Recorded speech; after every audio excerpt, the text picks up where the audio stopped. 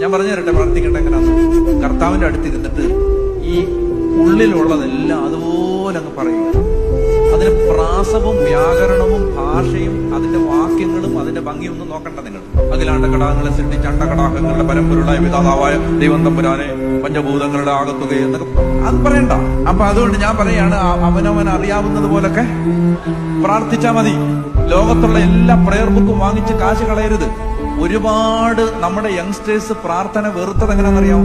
അമ്മാമ്മ ലോകത്തുള്ള എല്ലാ ധ്യാന കേന്ദ്രത്തിൽ നിന്നും പുസ്തകം വാങ്ങിച്ചുകൊണ്ട് വന്നിട്ടുണ്ട്. വൈകുന്നേരം 6:30 തുടങ്ങുന്ന പ്രാർത്ഥന 10:30 തീരത്തില്ല. പ്രാർത്ഥിക്കേണ്ടത് പുസ്തകത്തിൽ ഇങ്ങനെ ലോകത്തുള്ള എല്ലാ പ്രയർ ബുക്കിലുള്ള പ്രാർത്ഥനകളല്ല. പ്രാർത്ഥിക്കേണ്ടത് നിന്റെ അവസ്ഥ കർത്താവിനോട് തുറന്ന് പറയുക.